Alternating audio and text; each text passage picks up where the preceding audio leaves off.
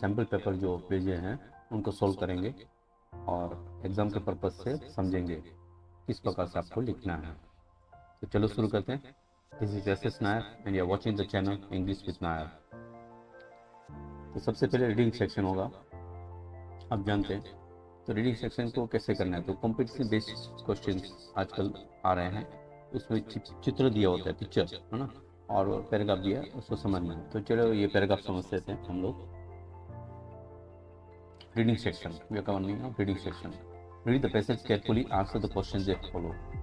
ठीक है, तो पैसेज को पूरा पढ़ना है आपको, शांति से पढ़ना है। स्टार्टिंग में ले लेना हमेशा रीडिंग सेक्शन, क्योंकि एंड में जब आप फास्ट पढ़ के करोगे तो आंसर्स गलत होने के चांसेस है। So is very scoring thing section है, तो इसमें आपको फुल मार्क्स मिलने चाहिए।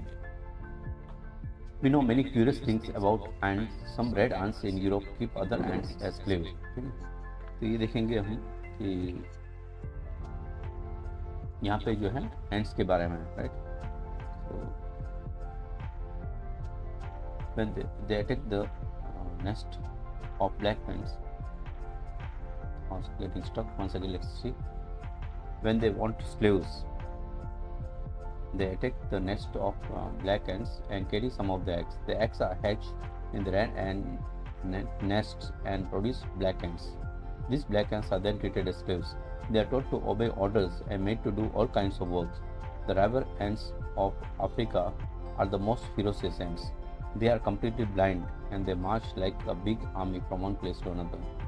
On the way, they eat up any living animals, including big animals like tigers and elephants. When these drivers ants enter a house, the people leave the house and run away to the forest.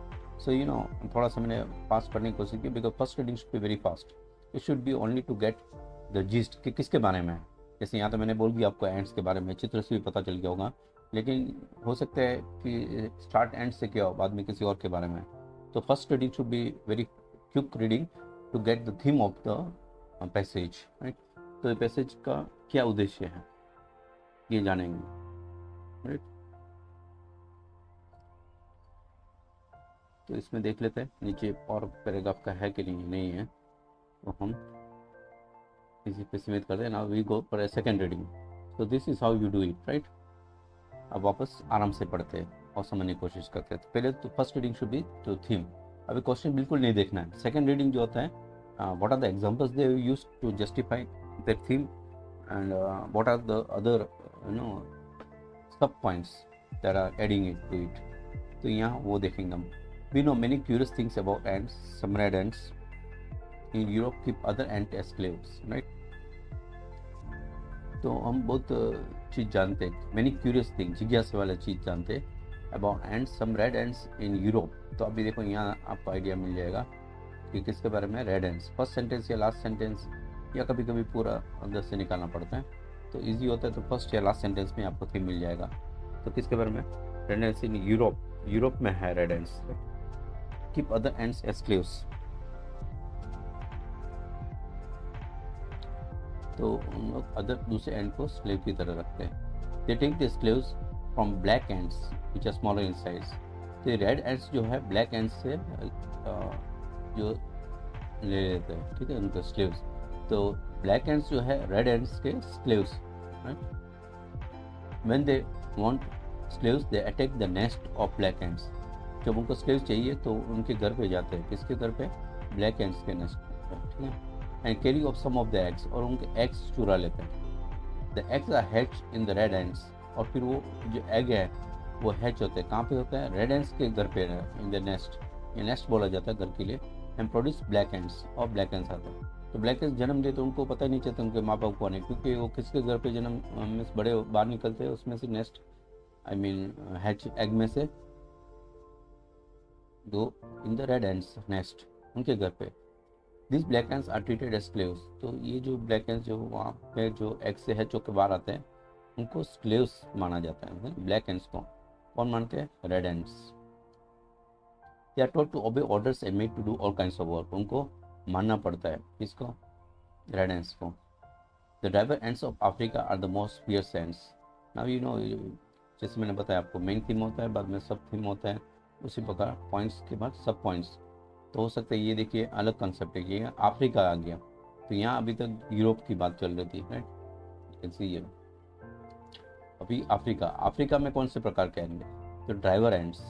और यहाँ red ends कहाँ थे, Europe में। तो कभी question में नीचे आ सकते हैं, तो पहले से आपको समझते हुए जाना है तो कन्फ्यूज नहीं हो, right. Are the most fierce ants, तो यूरोप में कौन सा है, रेड एंड्स है, ड्राइवर एंड्स ऐसे पूछ सकती है। अफ्रीका में कौन सा है, ड्राइवर एंड्स, रेड एंड्स ऐसे विकल्प में आ सकते हैं, है ना।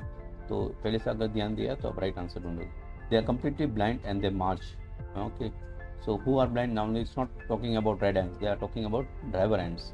तो ड्राइवर एंड्स से इन लोग कम्प्लीटली ब्लाइंड है और बिग आर्मी की तरह मार्च करके जाते हैं from one place to another. On the way they eat up living, और रास्ते में वो खाते हैं किसको, living animals like big elephant like tiger. तो एग्जाम्पल जो होते हैं ना उसके क्वेश्चंस भी आ सकते हैं नीचे, ये समझना हमेशा। तो जैसे इसको खाया तो कौन कौन से एनिमल्स को खाया, है ना, वगैरह वगैरह। तो कभी कुछ ऐसे एग्जाम्पल्स दिए तो एनिमल्स को खाते हैं, लेकिन कौन सा एनिमल्स, तो 2 एग्जाम्पल दिए, तो वो भी नीचे क्वेश्चन में आ सकते हैं। तो रास्ते में खाते थे, कौन खाते थे, driver ends, not red ends. रास्ते में उन लोग बड़े एनिमल्स को भी खा के निकलते हैं। तो आर्मी की तरफ मार्च करके जा रहे हैं। When this driver ants enter a house, the people leave the house and run away to the forest. जब ड्राइवर एंड्स घर पे एंटर करते हैं तो लोग वहाँ से भाग जाते हैं, जंगल की तरफ भाग जाते हैं, इतने डरते हैं इससे, किससे, ड्राइवर एंड्स, यानी ये ज़्यादा पहचाने के। तो देखो दो चीज़ के बारे में है, एंड्स के बारे में, लेकिन एंड्स के कौन से, red ends and driver ends. यहाँ तक पैराग्राफ जो है रेड एंड्स के बाद में, यहाँ से जो पैराग्राफ है यहाँ तक वो किसके बारे में, अफ्रीका के ड्राइवर एंड्स के बारे में, राइट। ये हम देखो डिटेल में हम समझ गए विद एग्जांपल्स। अभी क्वेश्चन डील करने में कोई दिक्कत नहीं होगी। सो तो पिक्चर में भी देखोगे आपको रेड और ब्लैक एंड्स दोनों दिख रहे हैं। Let's see the example, I mean exercise, ऐसे समझते। Red ants are found in, देखो पूछा गया ना, तो वही अपन पहले से समझ लिया, अभी राइट होगा। ब्लैक एंड्स का भी देखो पूछा है ना, वगैरह। तो रेड एंड्स यहाँ तक पैराग्राफ में देखना है आपको, आगे नहीं देखना है। तो इस प्रकार आप पेंसिल से मार्क कर दिया आपको क्वेश्चन पेपर में, अथवा दिमाग में रख दिया तो इजीली आंसर ढूंढ सकते हैं। Red ants are found in कहाँ पे, अफ्रीका। ये देखो कंफ्यूज के लिए अफ्रीका भी डाल रखा है, यूरोप, एशिया, अमेरिका। तो उस प्रकार होगा, 2 तो बिल्कुल गलत होंगे और 2 आंसर बिल्कुल सिमिलर हो गए ना, तो उसमें से ढूंढना है। तो ये देखो इसमें कंफ्यूज हो गया, लेकिन हम जानते हैं रेड एंड्स जो है वो यूरोप में। तो आंसर क्या होगा, Europe. Dash ant are smaller, ये सिंपल पेपर आपको पहले दे चुका है तो आप सॉल्व कर लिए होंगे, इसमें से हम आंसर डिस्कस कर रहे हैं। नहीं किया तो पहले आप अपनी तरफ से पूरा 80 मार्क्स का जो सैम्पल पेपर है उसको सॉल्व कर लेना है और फिर इस वीडियो को देखना है, राइट। ऐसे देखने से कोई फ़ायदा नहीं। तो first you have to attempt, right. अभी कंपेयर कीजिए आपका आंसर क्यों गलत हुआ, तो ये वीडियो देखने से आपको पूरा एक्सप्लेनेशन मिल जाएगा क्या कौन सा सही है, then you will get motivated. Dash are smaller in size, तो देखो ये अभी पकड़ में नहीं आ रहा, तो वापस आप जाके पैराग्राफ में देख सकते हो। मैंने कीवर्ड्स को अंडरलाइन कर दिया तो आपको समझ आ गया होगा। देखिए स्मॉलर इन साइज है ना, ये अंडरलाइन किया हुआ है। कौन सा है, black ends, smaller in size. तो स्मॉलर इन साइज वाला पैराग्राफ में ढूंढ लेना है तुरंत। उसका आगे कौन सा है, black ants which are smaller in size. तो स्मॉलर का क्या हो जाएगा, ब्लैक एंड्स,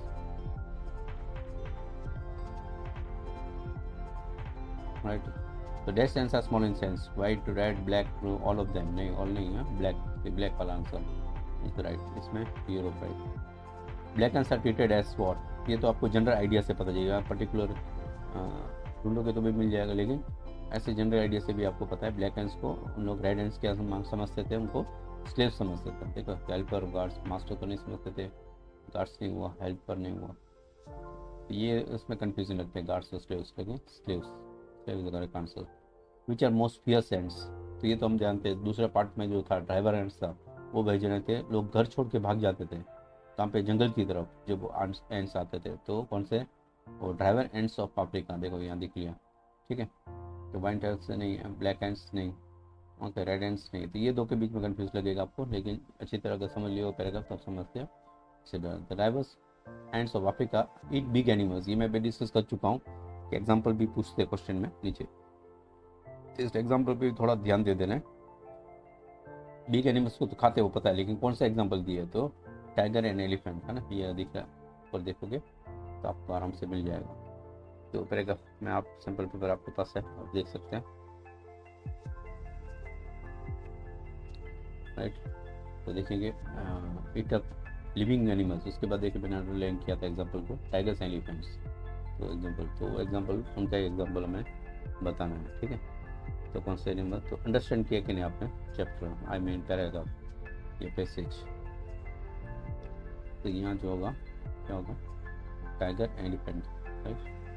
तो टाइगर एलिफेंट दोनों राइट है ना, तो लेकिन लाइक है ना, तो बहुत ए एंड बी, देखो यहाँ देखिए नन ऑफ दिस, तो अपना ये एक राइट ये कर दिया तो भी गलत होगा, ख्याल रखना एग्जाम में, सिर्फ बी कर दिया तो भी गलत। बोलोगे आप सर एलिफेंट तो है ना, टाइगर तो है, लेकिन ऐसे नहीं, दोनों है, राइट, दोनों है, तो फिर ये आंसर राइट होगा, C will be the correct answer.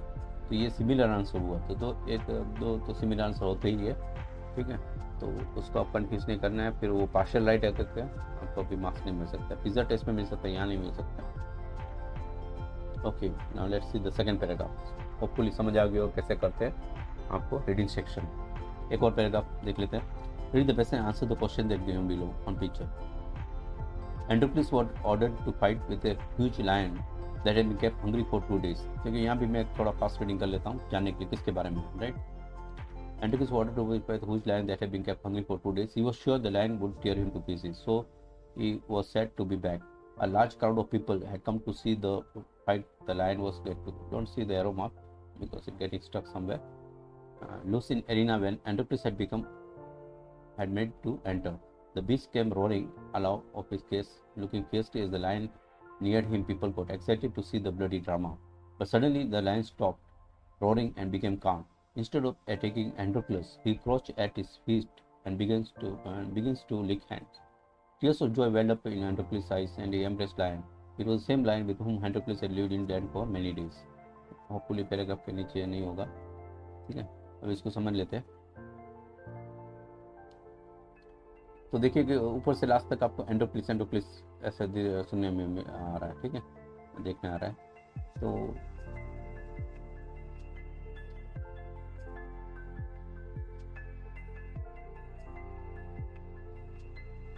आप देखिए तो पैराग्राफ किसके बारे में है ना, Androcles was ordered to fight with a huge lion. थोड़ा सा नीचे करके देख लेते हैं। Read the passage, हाँ, yes, it is starting from here only. Order was ordered to fight with a huge lion। अभी मैं पैराग्राफ ध्यान से पढ़ रहा हूँ, ठीक है। तो फर्स्ट तो पता चल गया आपको एंडरकिस और लायन के बीच में, और वो कैसे लोग तैयार हुए थे उनको देखने के लिए फाइट, लेकिन लास्ट में क्या होता है, तो कुछ घटना है, it's something like story sort of narration है, ठीक है। तो ये पैराग्राफ पैसेज इतना तो पता चल गया आपको थीम। सेकेंडली एंडरकिस और लायन के बारे में है ना, ये भी पता चल गया होगा, या स्लेव्स या लॉर्ड ऑफ पीपल, ऐसा सब दिमाग में आया होगा, तो पढ़ लेंगे तो वापस थीम भी क्लियर हो जाएगा। मैंने बोला था आपको फर्स्ट या लास्ट सेंटेंस में ज़्यादातर थीम होता है, ठीक है। तो यहाँ देखो एंडोक्लिस वॉट ऑर्डर, यहाँ भी Androcles had lived in there for many days. Androcles के बारे में इतना पता चल गया आपको। Androcles order to fight with huge lion, उसको ऑर्डर किया गया था, है ना, तो खुद नहीं फाइट करना चाहता, तो उसको ऑर्डर किया गया था। That be kept hungry for 2 days, 2 दिन तक भूखा रखा है। ये भी पूछ सकते हैं हाउ मेनी डेज, और 3 4 5 लिखा हो सकता है ना, तो पहले तो मैंने अंडरलाइन कर दिया। He was sure the lion would tear him to pieces, उसको पक्का पता था कि उसको टियर कर देगा, फाड़ देगा उसको पूरा। So he was said to be back. Okay. A large crowd of people had come to see the fight. The lion was let loose in arena. Yeah, I think there is full stop there, है ना। A large people come to see the fight. बहुत सारे लोग ये fight को देखने आए, किसके बीच में, the fight between lion and Androcles. The lion was let loose in arena, ठीक है। तो लार्ज को कौन देखने आया ऐसे पूछ सकते हैं, और क्या देखने आया, फाइट देखने आया। The lion was let loose in arena, उसको अरीना में छोड़ दिया गया। एंडोक्लिस बिकम मेंट टू एंटर, और एंडोक्लिस को अंदर प्रवेश किया दिया गया। तो अरीना जो है ना, बीच में देखा होगा आपने पिक्चर वगैरह में, ये पूरा एरिया होता है, सब ऊपर बैठ के देखते होते हैं, ठीक है। आजकल पुराने हिस्टोरिकल मूवीज़ वगैरह अब मूवीज़ भी आ चुके हैं ना। तो एरिना जो होता है, तो इसमें एंडोक्लिस है, और वहाँ पे एंडोक्लिस आने दिया जाए और लायन को छोड़ दिया गया। The beast came roaring out of his cage, not case, it is to be cage. तो जो लायन है वो एकदम घुराटे मारते हुए, आई मीन घूर के रोरिंग करके आया वो। Look fiercely as the lion near him, people got excited, looking fiercely. Full stop, there is I think full stop missing, यहाँ नया सेंटेंस स्टार्ट होना चाहिए। The beast came roaring out of his cage looking fiercely, full stop. As the lion neared him, people got excited to see the bloody drama. जैसे वो बाजू में आया तो bloody drama in the sense पूरा खून खराबा होने वाला है. But suddenly the lion stopped roaring and became calm. तो जैसे लायन उसके बाजू में आया तो सब आश्चर्यचकित होके, स्तब्ध होके, वो जो खून खराब होने वाला था, जो ब्लडी ड्रामा जो होने वाला था, उसके लिए तत्पर होकर बैठे रहे. लेकिन सडनली बाजू में आने के बाद लायन रुक गया और शांत हो गया. became calm. Instead of attacking Androcles, he crouched at his feet. Attack करने के बदले उसके पैरों तले बैठ गया and began to lick hands, और उसका हाथ चाटने लगा. ये पूछ सकते हैं, देखो इसलिए अंडरलाइन कर दो, क्या चाटने लगा. Tears of joy welled up in Androcles' eyes. उसके आंख में आंसू आ गए, इसके लिए बच गया करके. And he embraced lion, और उसने लायन को गले मिला. It was the same lion. देखो अभी क्यों ऐसा हुआ, लायन अटैक करने के बदले वो रुक गया और फिर चाटने लगा हाथ, क्योंकि it was the same lion which whom Androcles had lived in den for many days. तो उसके साथ वो के दिन बिता चुका था डेन में, तो वही लायन था. उसे पहचान लिया लायन ने, और वो अटैक नहीं किया, तो इसने इसको गले मिला. तो एंड्रोक्लिस भी पहचान लिया कि ये वही लायन है. तो लास्ट का क्वेश्चन भी पूछ सकते हैं, क्यों उसको नहीं अटैक किया. ठीक, तो अब समझ गए. अभी उसको हम अटैक करने की कोशिश कर रहे हैं, राइट. तो थीम तो अभी समझ गए हो गए, एंड्रोक्लिस एंड लायन. एंड्रोक्लिस वो से क्या था, तो अब जानते हैं एंड्रोक्लिस क्या था. तो स्टोरी में गेस कर सकते क्योंकि डायरेक्टली नहीं लिखा हुआ, लेकिन उसको ऑर्डर कर दिया गया था. ठीक है, तो ऑर्डर कर दिया गया तो इसका मतलब क्या हुआ,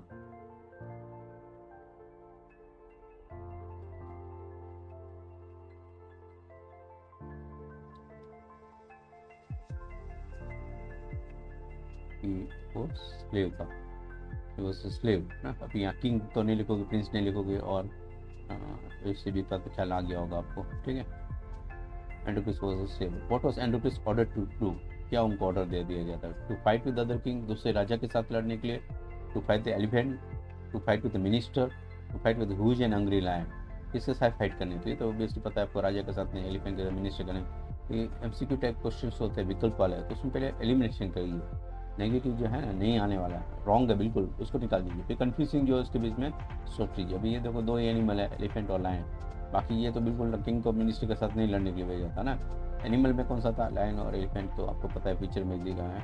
तो obviously it was huge and hungry lion. So D is the right answer. So this the way आप टू डू ऑप्शनल क्वेश्चंस, है ना, कि दो रॉन्ग होगा बिल्कुल, उसको निकाल दीजिए. बाकी दो सिमिलर होंगे, उसमें से परफेक्टली गेस करिए, वरना सिमिलर वाला पिकअप करने के लिए ज़्यादा प्रेरित हो जाओगे और यू कमिट द मिस्टेक.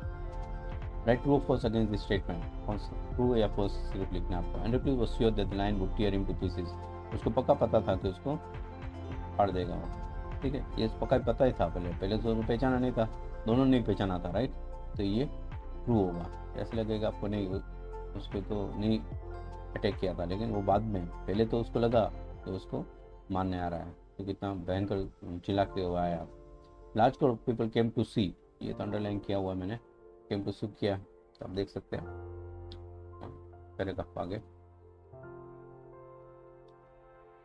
क्या दिखने आते हैं, large people or crowd of, yeah, large crowd of people came to see the fight. The lion was let loose in, ये दूसरे सेंटेंस है. तो क्या देखने आता है, फाइट देखने आता है. Fight between the lion and Androcles.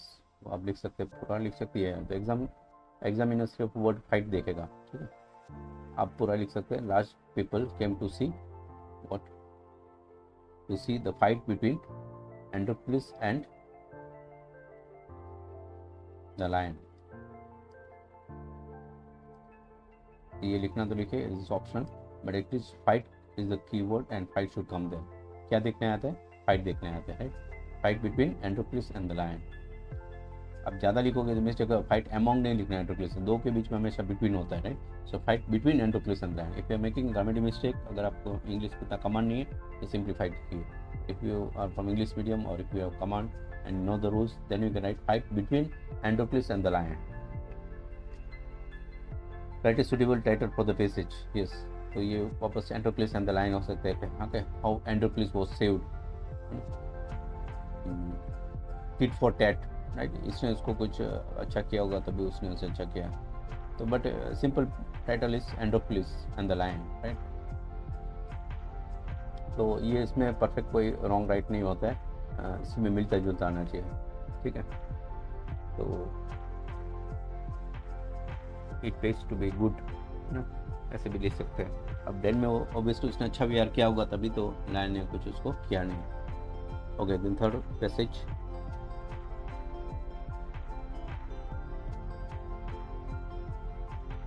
Read the passage, answer the question that follow.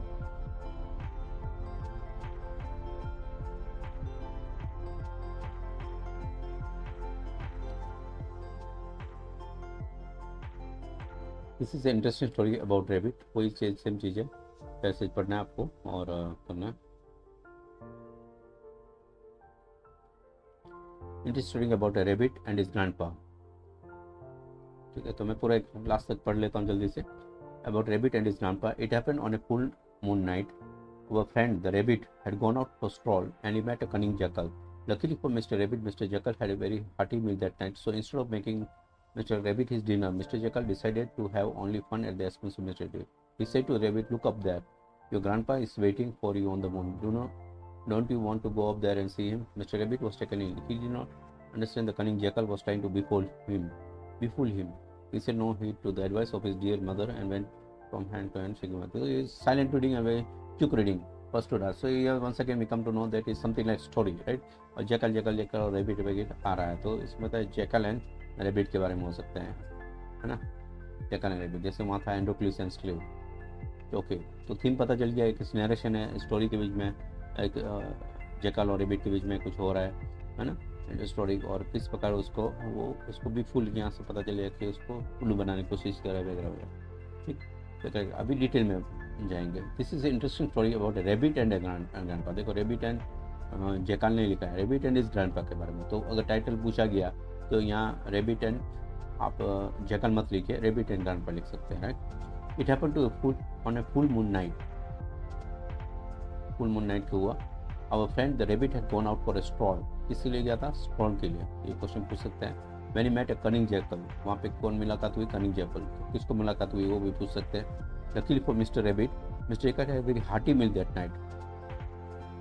तो रास्ते में उसको जैकल मिल गया, लेकिन वो उसका पेट भरा हुआ था, अच्छा खाना खाया था, इसलिए उसने कुछ अटैक नहीं किया। सो instead of making mister rabbit is dinner, वरना तो खा जाता है उसको, रैबिट को, जैकल।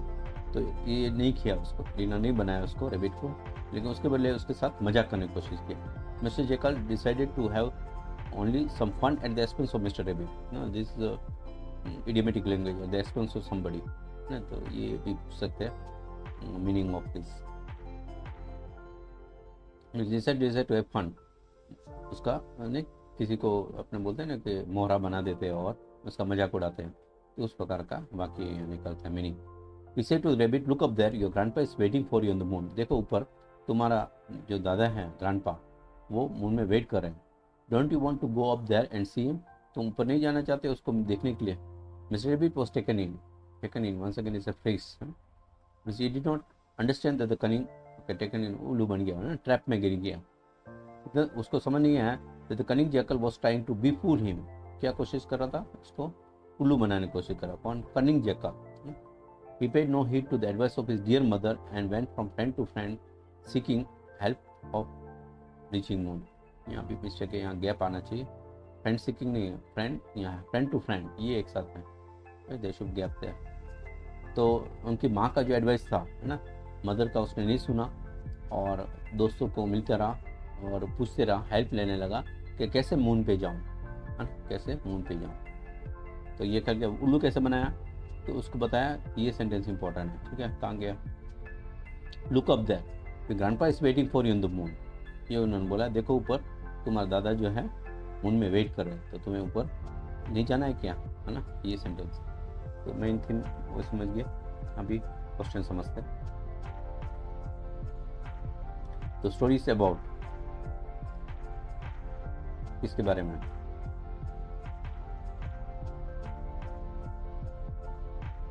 किसके बारे में देखो, मैं डिस्कस कर चुका है ना। तो आप लिख सकते हैं यहाँ रैबिट एंड हिज ग्रैंडपा, है ना, रैबिट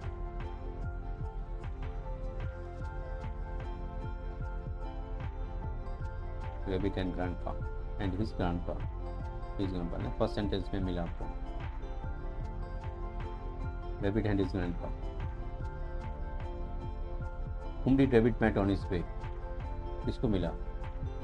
तो रैबिट यानी ग्रैंडपा को मिला, टॉर्टोइस को मिला, जैकल को मिला। यस जैकल, तो वेरी गुड, आँख दिखाई दी आपको, तो नेगेटिव निकालने की जरूरत नहीं।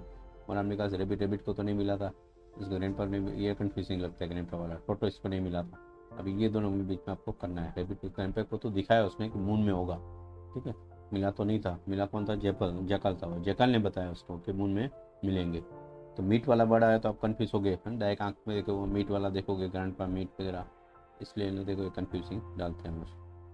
The meaning of cunning is, cunning का मीनिंग क्या है? हैप्पी तो नहीं हुआ, क्वाइट नहीं हुआ, विलिंगनेस और क्राफ्टी के बीच में था। तो क्राफ्टी, विलिंगनेस तो नहीं है, सहमति तो नहीं है। कनिंग जैकल लिखा हुआ है ना, कनिंग वर्ड देखोगे ऊपर, कनिंग सेकंड लास्ट लाइन में कनिंग जैकल, तो कनिंग जैकल क्या था? क्राफ्टी, विलिंगनेस नहीं था, क्राफ्टी ना, clever, clever in the sense of negative sense. Mister jackal did not eat up mister rabbit, क्यों नहीं खाया? क्योंकि उसका पेट भरा हुआ था। तो वो सेंटेंस आप देख सकते हो पैराग्राफ में। तो उसने देखा कि उसको कैसे मजाक करना चाहता था, है ना। तो mister decided to have only fun at the expense of them. तो उससे पहले so instead of making so कारण लिखा, उससे पहले देखिए। Luckily for mister rabbit mister jackal had a very hearty meal that night. तो क्यों उसको खाया नहीं? So instead of making rabbit is dinner, उसको डिनर बनाने से पहले उसने उसका मजाक चालू कर दिया, क्योंकि उसको हार्टी मील दैट नाइट यानी पेट भरा हुआ, है ना। वंस अगेन इस स्पेशल लैंग्वेज और इडियोमेटिक लैंग्वेज। तो स्टमक वॉज फुल ऐसे लिख सकते हैं, because he had a hearty meal that night. तो दोनों राइट होते हैं, मीनिंग आ गया, टीचर आपको मार्क्स राइट दे देंगे, ठीक। उसका similar concept, it is reading between the lines. उसका कंसेप्ट लिखो या पूरा वो लिखो।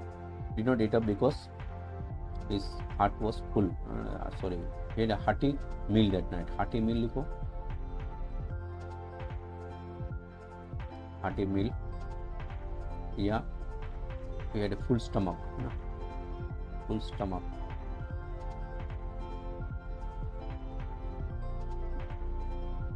he had a hearty meal that night, है ना। तो ये डायरेक्टली उसमें से मिल सकता है, या उसका इंटरप्रिटेशन लिखो फुल स्टमक, तो दोनों राइट होगा।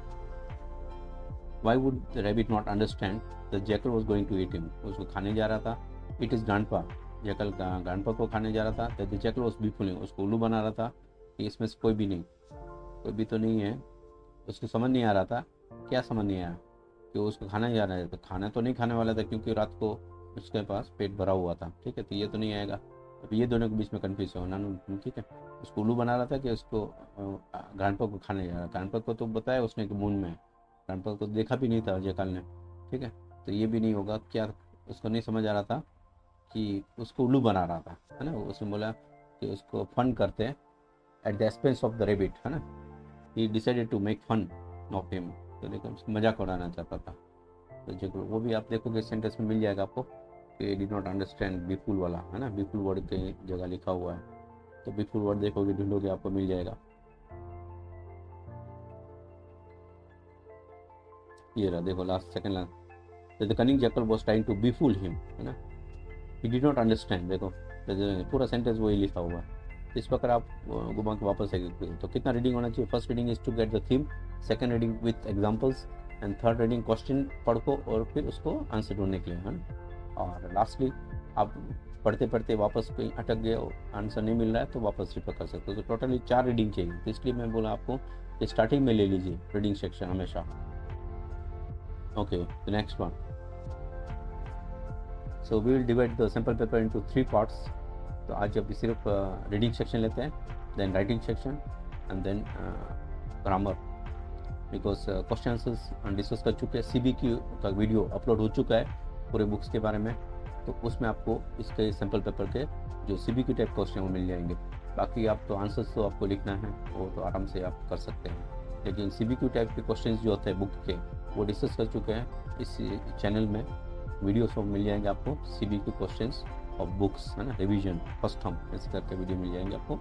प्लेलिस्ट में देख लीजिए, other see in the description box below, you get a link there. अच्छा, तो ये लास्ट क्वेश्चन आज इस वीडियो में डील कर लेते हैं, और इसके बाद एक और वीडियो मिल जाएगा आपको इसका राइटिंग सेक्शन के डिस्कस करते हुए।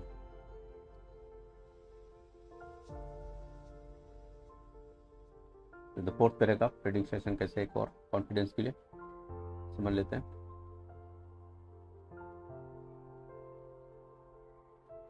Read the message and answer the question. Once again, I'm reading very fast till the end. The time of which now speaking is my 16 years. My father, as we have seen, was bedridden, suffering from which my mother and all servant of the house and I were the principal attendants. I had the duties of a nurse, which had mainly consisted in dressing the wound, giving my father his medicine and compounding drugs whenever they had to make it at home. Every night I massaged his legs and retired only when he asked me to do so or after he had fallen asleep. I allowed to do this service. I don't remember having neglected at it. Mahatma Gandhi. ओह, तो देखो महात्मा गांधी, यहाँ से हमको पता चले ये पूरा किसने बोला है। देखो डबल कोटेशन यहाँ से यहाँ तक है ना। That means it is spoken the Mahatma Gandhi का ये पूरा पैराग्राफ है ना, उनके जीवन के बारे में। So one second now delete. So Mahatma Gandhi के बारे में पिक्चर में भी दिखाई दे रहा है। अभी थीम भी पूछा है, question on the what is this topic about, what is the passage about, तो आपको समझ आ गया गांधी के बारे में। गांधी के बारे में क्या है तो फिर डिटेल में समझते हैं। The time of which I am now speaking is my 16 years. तो बचपन की बात कर रहे हैं, ठीक है, 16 ईयर्स की बात।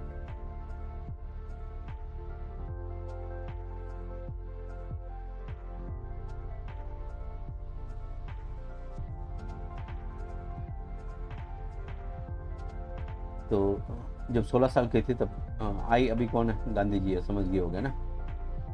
Speaking now is of 16 years, लेकिन एज का पूछ सकते हैं तो कब का। My father as ever seen was bedridden. Father को क्या हुआ था, खटिया पकड़ लेते हैं, bedridden. Suffering from my fistula, ये बीमारी थी, इसका पूछ सकते हैं what was he suffering from. My mother के बारे में, and all servant of the house and I were the principal attendant. तो प्रिंसिपल अटेंडेंट्स कौन कौन थे, 3 लोग थे, mother, all servant and I यानी खुद गांधी जी, तीनों मिल के ख्याल रखते थे पिताजी के। हैड द ड्यूटीज ऑफ, नया सेंटेंस है, I had the duties of a nurse. मेरे को क्या रोल दिया था, मुझे रोल मिला था नर्स का, which mainly consisted in dressing the wound. उसमें क्या क्या रोल का नर्स, क्या क्या का काम था, ड्रेसिंग द वुंड, तो जो घाव थे उनको ठीक करना था, गिविंग माय फादर मेडिसिन, उनकी दवाई देनी थी, and compounded drugs whenever they had to made at home. Compounded drugs है ना, 2 ड्रग को मिला के बनाना वगैरह, जब घर पे बनाना था तब। तो देखोगे ये कार्य पूछ सकते हैं क्या क्या काम था उनका नर्स का के रूप में। ड्रेसिंग वुंड करना नंबर 1, देन मेडिसिन देना नंबर 2, मेडिसिन बनाना है ना, मिक्स करना नंबर 3। तो नर्स के रोल करते थे Gandhi ji. Every night I massage his legs, off पे क्या करते थे, उनके लेग्स को मैसेज करते। वर्क पूछा गया तो ये पूरा आ जाएगा, नर्स के रोल बोला तो 3 आ जाएगा। Massage legs and retire only when he had asked me to do so, और जब मैं आराम करने कब जाता, जब वो मुझे बताते थे, या after he had fallen asleep, या वो सो जाते थे फिर मैं चला जाता था। I love to do this service, ये पूछ सकते हैं इनको अच्छा लगता था कि नहीं लगता था। हाँ, उनको अच्छा लगता था ये कार्य करना, किसको, गांधी जी को। I don't remember ever have neglected, मुझे याद नहीं कभी मैंने मना किया हो। तो this is the plus point of Gandhi ji है ना, he loved this sort of helping his father, parents है ना, सर्विंग हिज फादर, उनको सेवा करने का उनको मौका मिला, उसके लिए उनको अच्छा लगता था। उनको कभी भी मना नहीं करते थे और नहीं निगलेक्ट किया उन्होंने, इग्नोर किया। ठीक है, तो अब डिटेल में समझ गए। Now let's see the question.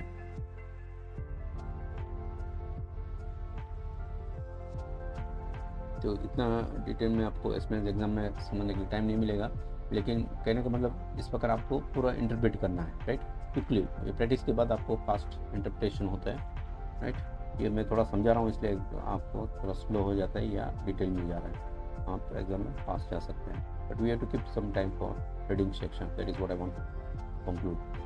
Who am I in the first line, तो देखो हम चर्चा कर चुके हैं आई कौन है, तो लास्ट में लिखा है गांधी जी, तो समझ गए गांधी जी, पूरा आई जहाँ जहाँ है वो सब किसके लिए, गांधी जी के लिए। फर्स्ट लाइन नहीं, everywhere wherever I is there it is for Gandhi ji. तो Gandhi ji answer, Mahatma Gandhi was given the duties of, ये भी हम डिस्कस कर चुके हैं, नर्स का। ये तो इन्होंने सुपरफिशियली सिर्फ इसका ड्यूटी पूछा है, लेकिन अगर उसका रोल पूछे तो भी हमें पता हो, 3 रोल थे। What does bed ridden mean, ये भी मैंने बता दिया था, इडियोमेटिक लैंग्वेज है। बेड रिडन यानी खटिया पकड़ लेना, तो लॉस टू स्लीप, सोने नहीं होता, लॉस बेड।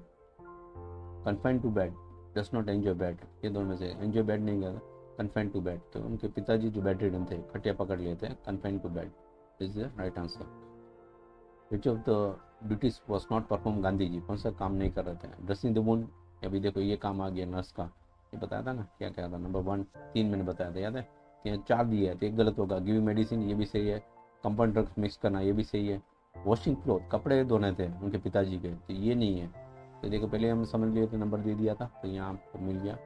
तो वहाँ पे नर्स का रोल नहीं पूछा, लेकिन यहाँ ड्यूटीज कौन पूछ लिया, तो भी वॉशिंग क्लोथ तो नहीं था, एक एक्स्ट्रा ड्यूटी जब मसाज वाला था है ना, ड्यूटी पूछा तो मसाज लिखा तो राइट हो जाए, लेकिन मसाज नहीं है, वॉशिंग क्लोथ रॉन्ग हुआ, ये नहीं है। तो कौन सा नॉट प्रोपाउंडेड है, तभी आंसर कौन सा है, करने के लिए नहीं बोला, नॉट प्रोपाउंडेड कौन सा नहीं ड्यूटीज था, तो फिर ये आंसर होगा है ना, डी। ये भी आपको आराम से समझ के करना है, क्वेश्चन को उल्टा नहीं कर देना। Write whether this statement is true or false, कौन सा, the principal attendant of Gandhi ji father was Gandhi ji, Gandhi ji का पिताजी का, Gandhi ji father was Gandhi ji, confusing लगता है।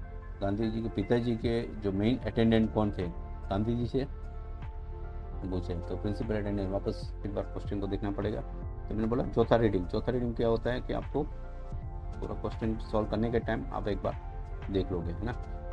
तो प्रिंसिपल अटेंडेंट वर्ड ढूंढोगे, मैं प्रिंसिपल अटेंडेंट याद है मुझे कहीं आया था, ये रहा। तो कौन कौन थे वो भी मैंने को मार्किंग किया हुआ है, 3 लोग थे, मदर, ओल्ड सर्वेंट और मैं।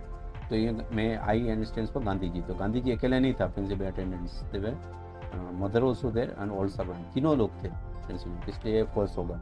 अब ये देखो वेरी इंटेलिजेंट टाइप क्वेश्चन है, क्योंकि एक उसमें से होता है ना, तो भी हम उसको गलत समझते हैं, गांधी जी तो था या गांधी जी के अलावा 2 थे, तो फिर ये फॉल्स में जाएगा, क्योंकि सिर्फ यहाँ गांधी जी लिखा है। So partially something is written then also goes to false category, right. आप बोले गांधी जी तो था सर, फिर राइट होना चाहिए आंसर, ये नहीं होगा। So hope you understood how to do reading section, detail में समझाया आपको। अभी अगर आपको पसंद आया तो ये वीडियो को लाइक कीजिए, शेयर कीजिए, और अगर आप पहली बार है उस चैनल में तो सब्सक्राइब कीजिए। नेक्स्ट वीडियो अपलोडिंग होने वाला है, क्योंकि so just you get notifications if you subscribe to this channel. तो वो ग्रामर को भी समझाते हुए और कंपोजिशन वर्क, रेटिंग स्किल को भी समझाते हुए कैसे करना है। धन्यवाद।